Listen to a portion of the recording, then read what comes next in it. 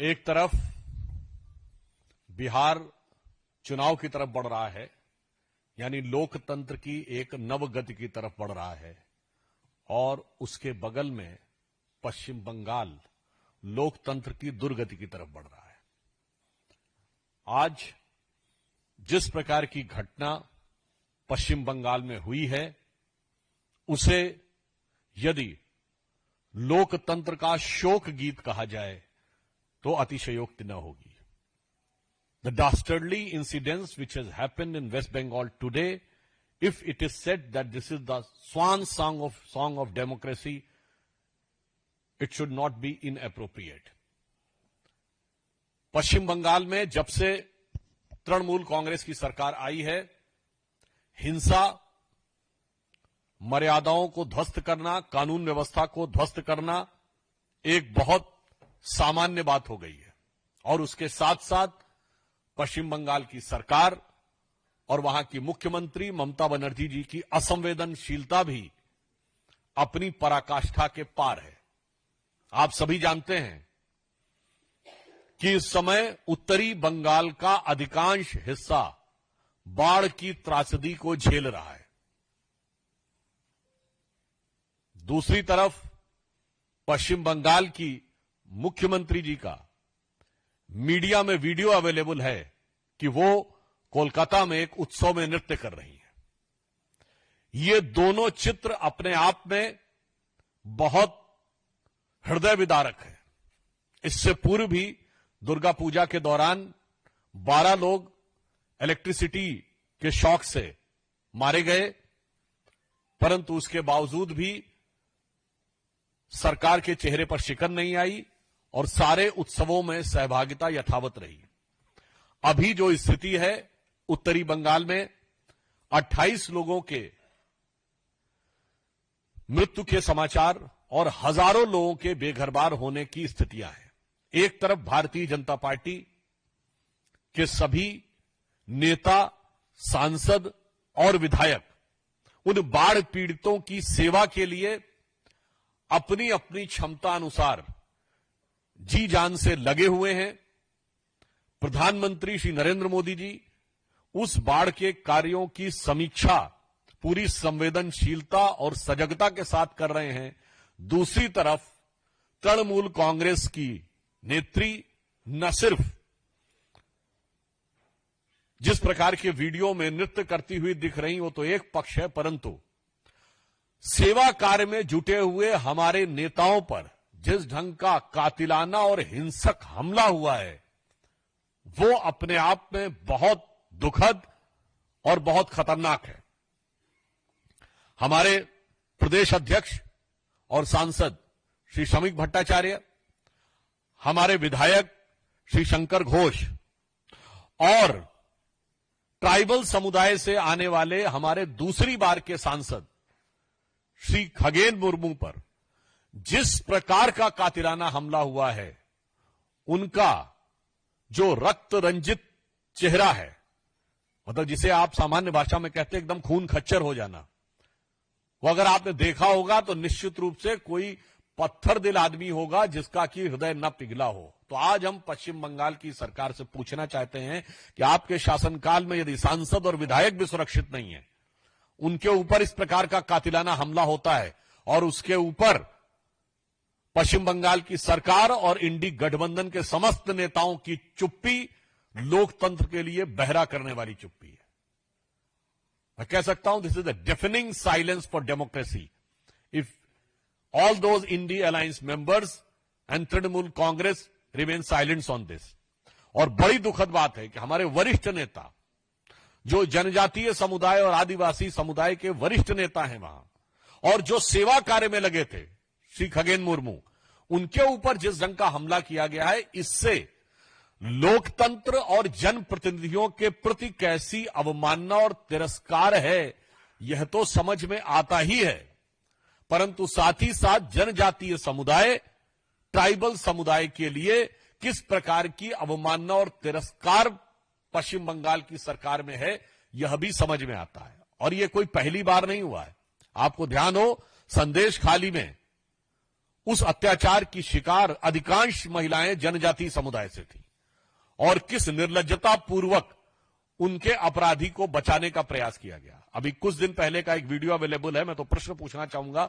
उस वीडियो में दिखता है कि एक जनजातीय कार्यक्रम में ममता बनर्जी जी ग्लव्स पहन के डांस कर रही हैं। तो मैं पूछना चाहता हूं कि आप ये ग्लव्स पहन के डांस क्यों कर रही थी? किस कारण से आपने उन महिलाओं के साथ डांस करते हुए ग्लव्स पहना था? क्या आपके मन में कोई उनके प्रति हेय भाव है जिस कारण से ऐसा किया?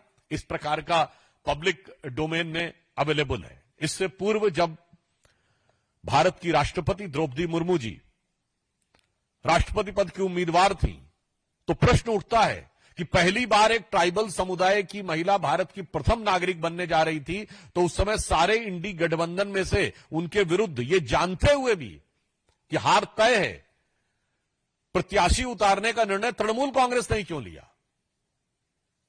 श्री यशवंत सिन्हा जी तृणमूल कांग्रेस के उम्मीदवार थे और आज हमारे जनजातीय समुदाय के वरिष्ठ नेता और दूसरी बार के सांसद, यद्यपि उनके पास सुरक्षा भी थी, उसके बावजूद तृणमूल कांग्रेस के लोगों ने जिस ढंग से हमला करके उनके ऊपर कातिलाना और हिंसक हमला किया है, यह दर्शाता है कि पश्चिम बंगाल का शासन निर्लज्ज और निष्ठुर दोनों हो गया है।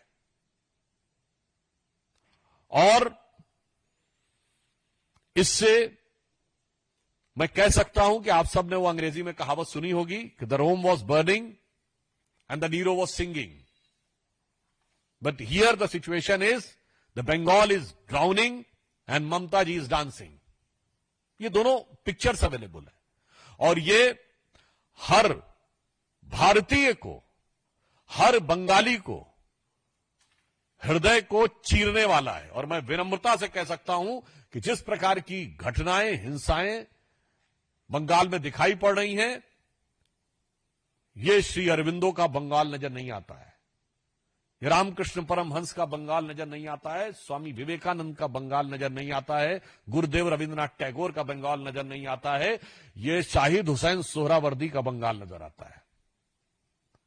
आज जो भी परिस्थितियां हैं उसमें सर्वप्रथम हम जो लोग बाढ़ की विभीषिका को झेल रहे हैं, उनके प्रति भारतीय जनता पार्टी के समस्त कार्यकर्ता जो सेवा कर रहे हैं, उनके साथ और बाढ़ पीड़ितों के साथ हम संवेदना व्यक्त करना चाहते हैं और लगातार उन सेवा कार्य में जुड़े लोगों के ऊपर हिंसा को बढ़ावा देने और उकसाने के लिए हम इस बात की कठोर भर्त्सना करना चाहते हैं और हम आश्वस्त हैं कि बंगाल की प्रबुद्ध जनता इस समस्त षड्यंत्र और इस समस्त दुरभिसंधि को देख रही है और वो इसका उचित और एप्रोप्रिएट आंसर आगे चुनावों में देगी।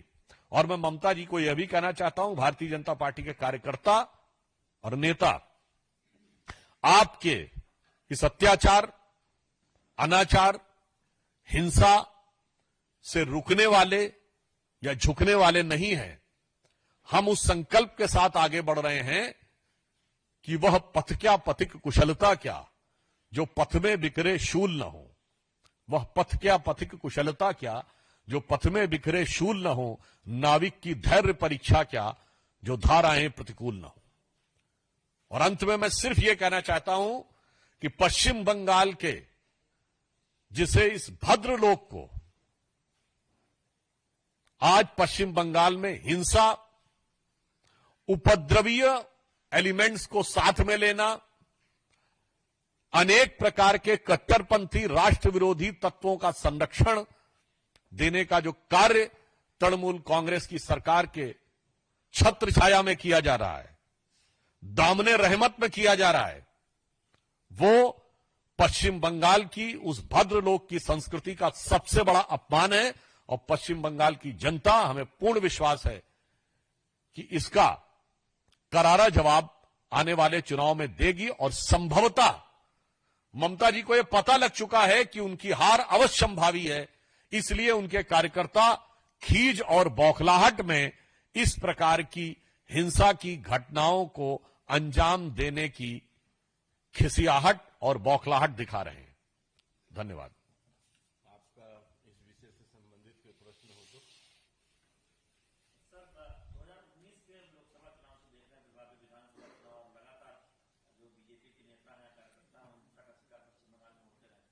आपका कहना है कि इसमें भी सीधे टीएमसी के कार्यकर्ताओं ने हमला किया है, ये आरोप है, और विकल्प क्या है बीजेपी के पास? राष्ट्रीय शासन तक की मांग तो देखिए, बहुत स्पष्ट बात यह है कि यदि सांसद के ऊपर इतना बड़ा हमला होता है तो बगैर राजनीतिक संरक्षण के नहीं हो सकता। This is a clear cut political violence, और यह जग जाहिर सत्य है। इसके बारे में कोलकाता उच्च न्यायालय के कई टिप्पणियां भी अवेलेबल हैं कि 2021 के चुनाव के बाद जो हिंसा हुई थी वो सीधे सीधे राजनीतिक कार्यकर्ताओं के द्वारा की गई है। तो मुझे लगता है इस विषय में पूरी पृष्ठभूमि देखते हुए कोई शक की गुंजाइश नहीं रहती। पुनः मैं कहना चाहता हूं कि यदि जनप्रतिनिधि, सांसद और ट्राइबल सांसद के ऊपर प्रदेश अध्यक्ष पे, विधायक पे हमला होता है तो आप इसे सामान्य लॉ एंड ऑर्डर की बात नहीं कर सकते। यह बिल्कुल तय है कि वह राजनीतिक संरक्षण या राजनीतिक निर्देश के तहत हो रहा है।